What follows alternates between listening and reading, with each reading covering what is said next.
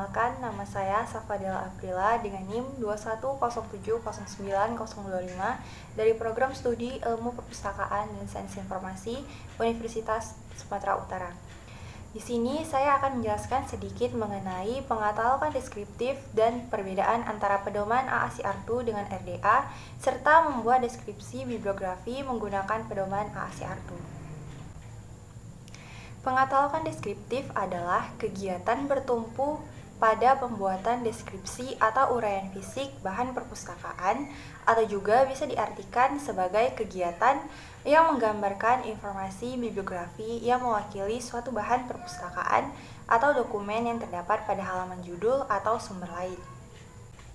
Pada pengatalogan deskriptif, kegiatan yang meliputi membuat deskripsi bibliografi berdasarkan 8 daerah deskripsi, yaitu daerah judul dan kepengarangan, daerah edisi, daerah data khusus, daerah penerbitan dan distribusi atau impresum, daerah deskripsi fisik atau kolasi, daerah judul seri, daerah catatan, dan daerah nomor standar atau ISBN. Kemudian kegiatan lainnya dalam pengatalogan deskriptif yaitu menentukan tajuk entry utama dan tajuk entry tambahan, yang mana nantinya tajuk entry ini akan menjadi acuan pemustaka untuk menemukan koleksi perpustakaan. Yang menjadi acuan pemustaka untuk menemukan koleksi perpustakaan disebut tajuk entry utama. Biasanya tajuk entry utama itu berisikan penanggung jawab dari suatu terbitan seperti penulis, penyunting, penerjemah, editor, dan lain-lain. Atau bisa juga judul dari suatu karya terbitan menjadi tajuk entry utama jika pengarangnya lebih dari satu orang dan pengarang utamanya tidak diketahui atau tidak disebutkan dalam karya tersebut. Standar pengatalogan yang dipedomani dalam pengatalogan deskriptif adalah AACR2 dan International Standard Bibliographic Description atau ISBD. Di Indonesia, AACR2 telah diadopsi sesuai dengan kebutuhan dengan menerbitkan Peraturan Katalogisasi Indonesia atau PKI yang diterbitkan oleh Perpustakaan Nasional Indonesia. Namun saat ini, standar pengatalogan deskriptif sudah beralih kepada Resource Description and Access atau RDA dikarenakan AACR2 tidak mampu menampung informasi atau jenis bahan pustaka digital yang berkembang di masa sekarang ini oleh perkembangan perpustakaan dan informasi. Nah, pembahasan selanjutnya mengenai perbedaan pedoman AACR2 dengan RDA. Yang pertama, AACR2 menggunakan General Material Designation atau GMD sebagai bahan pernyataan umum, sedangkan RDA tidak lagi mengatur tentang penandaan bahan umum dengan GMD. Pengaturan akan digantikan dalam daerah deskripsi fisik bahan perpustakaan dan dikembangkan berdasarkan konten, carrier, dan media type. Yang kedua yaitu penulisan singkatan. AACR2 berdasar pada ISBD yang mana dalam melakukan deskripsi bibliografi pada daerah penerbitan maupun daerah deskripsi fisik menggunakan singkatan. Sedangkan RDA tidak lagi menggunakan singkatan baik pada daerah penerbitan maupun daerah deskripsi fisik. Kemudian yang ketiga, pengaturan pernyataan tanggung jawab untuk pengarang lebih dari 3 orang.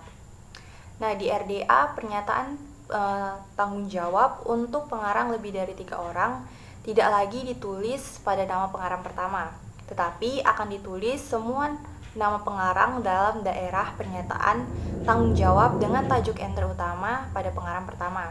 Sedangkan di AACR2 untuk pernyataan tanggung jawab untuk pengarang lebih dari 3 orang akan ditulis dengan keterangan DKK sebagai pernyataan atau singkatan bahwasannya karya tersebut dikarang lebih dari 3 orang. Kemudian yang terakhir yaitu level organization. AACR2 memiliki 8 daerah publikasi yang selama ini dipakai dalam pedoman pendeskripsian bahan pustaka. Namun RDA tidak memiliki hal tersebut. Dalam hal pendeskripsian, RDA memakai core element, yang mana core element tersebut merupakan unsur-unsur minimum yang diperlukan untuk menggambarkan sumber-sumber. Inti dari unsur-unsur tersebut adalah fitur-fitur baru dari RDA yang memungkinkan untuk elemen metadata tertentu yang harus diidentifikasi sebagai keperluan dalam proses katalogisasi.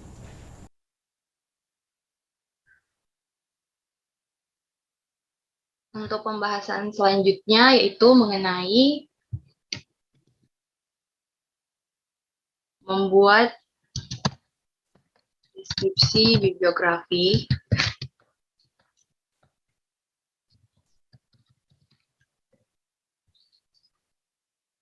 Nah, deskripsi bibliografi ini terdiri dari 8 daerah deskripsi.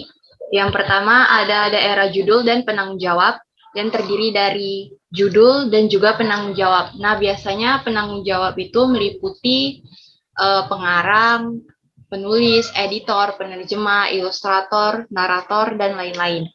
Yang kedua ada daerah edisi. Yang ketiga daerah data khusus. Nah, untuk yang ketiga ini untuk buku tidak digunakan. Yang keempat ada daerah penerbitan dan distribusi atau impresum yang terdiri dari tempat terbit, nama penerbit, dan tahun terbit. Yang kelima ada daerah deskripsi fisik atau kolasi yang terdiri dari jumlah halaman, ilustrasi, dan dimensi buku. Yang keenam ada daerah judul seri. Yang ketujuh ada daerah catatan biasanya berisi bibliografi, indeks, dan lain-lain. Dan yang terakhir ada daerah nomor standar atau ISBN. Di sini saya akan membuat deskripsi bibliografi dengan buku yang berjudul Dasar-Dasar Ilmu Perpustakaan dan Informasi.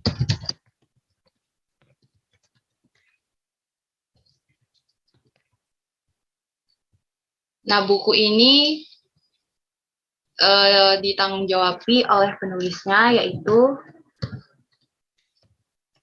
Joner Hasubian. Berdasarkan informasi yang terdapat pada buku ini tidak memiliki daerah edisi. Kemudian yang selanjutnya, untuk daerah penerbitan dan distribusi atau impresum, buku ini diterbitkan di Medan oleh USU Press.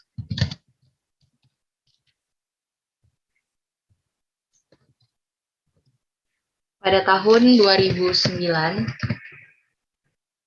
Nah, yang selanjutnya daerah deskripsi fisik atau kolasi.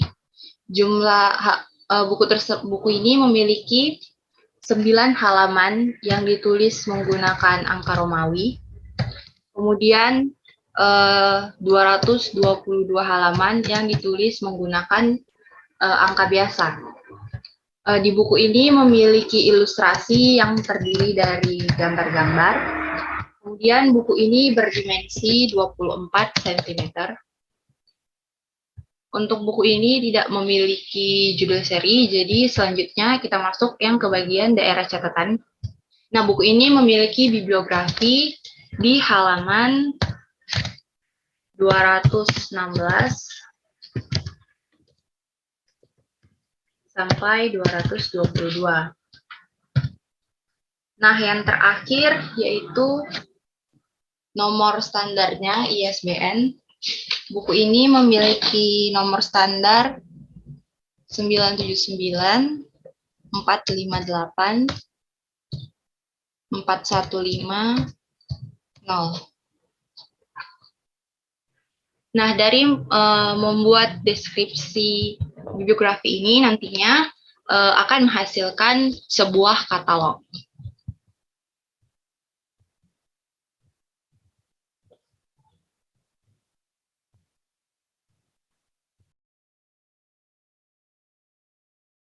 Sekian penjelasan yang dapat saya sampaikan mengenai pengatalogan deskriptif dan perbedaan antara pedoman AASYARTU dengan RDA serta pembuatan deskripsi bibliografi menggunakan pedoman AASYARTU. Wassalamualaikum warahmatullahi wabarakatuh.